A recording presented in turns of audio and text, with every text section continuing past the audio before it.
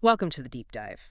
Today, we're going to look into some, well, pretty interesting activity in the U.S. spot Bitcoin ETF space. Yeah, specifically focusing on May 27th, 2025. Exactly. And our mission really is to unpack what these movements might be telling us about, institutional interest in Bitcoin, Mhm. because we saw quite a bit of capital shifting around that day. It could mean some important things. It really could. I mean, on that single day, May 27th, the net inflow across all these U.S. spot Bitcoin ETFs was around $385 million. 385 million. Wow. Yeah, that's a pretty substantial chunk of change moving in one day. It really underlines that robust institutional interest we keep talking about.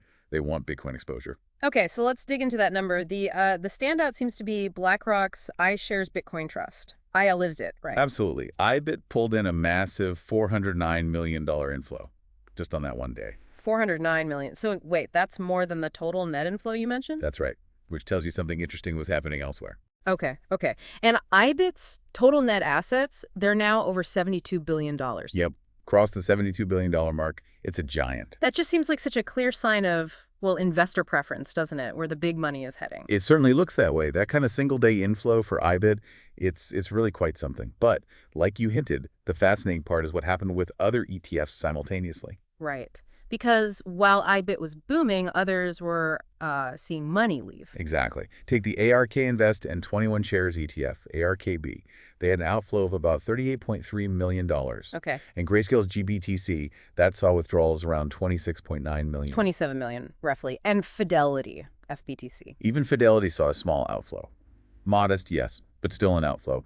About $4.8 million left FBTC. So, yeah, definitely not a case of a rising tide lifts all boats here. Some were sinking a bit, relatively speaking. Precisely. And this divergence, this split, is really key to understanding the dynamics. Why IBIT? Yeah, what are the theories? Well, the thinking is investors might be flocking to IBIT for a few reasons. One could be its high liquidity.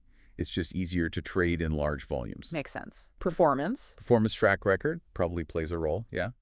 And critically, lower fees compared to some competitors. Ah, the fees. That's often a deciding factor, especially for institutions managing large sums. Definitely. So those factors combined likely explain a good chunk of why capital seems to be consolidating, into IBIT right now.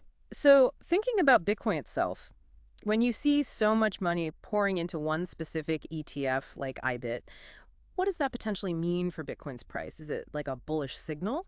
It can be seen as a bullish signal, generally speaking. Strong inflows into a major ETF like IBIT suggest real institutional conviction. Right. And that conviction, that buying pressure, can definitely contribute to positive price momentum for Bitcoin. It also boosts overall market liquidity. Yeah. When the big players are buying, it tends to push prices up. Okay. Let's look at the actual prices on that day, May 27th.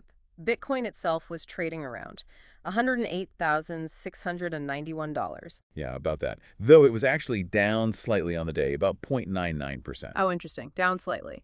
But IBIT itself. IBIT was actually up. It closed at $62.50, which was a modest increase of about 1.1% on the day. So a slight disconnect there. Bitcoin dips a tiny bit, but the favored ETF ticks up. Exactly. Which kind of highlights the growing role these ETFs are playing, doesn't it? They provide this regulated, maybe more familiar pathway for certain investors to get crypto exposure. Yeah, it really feels like these ETFs are becoming the main on-ramp for a lot of institutional money into the Bitcoin ecosystem. I think that's a fair assessment. And this trend, where investment concentrates in certain vehicles, it's likely going to keep influencing Bitcoin's price and how related instruments perform. Okay, so let's try and wrap this up. The key takeaway seems to be this huge flow into BlackRock's IBIT on May 27th is a pretty strong indicator. Strong institutional preference for that specific ETF. Even with money leaving some others, the big picture suggests institutions are still quite committed to Bitcoin, just maybe through specific preferred channels right now. Right. So here's a final thought for you to chew on. If we see this kind of investment concentration continuing, heavily favoring one or two ETFs like IBIT, what could the long-term impact be? Thinking about market stability and how Bitcoin's price is actually discovered, does it change things? That's a great question to ponder. Definitely something to keep an eye on. Thanks for exploring this data with us today.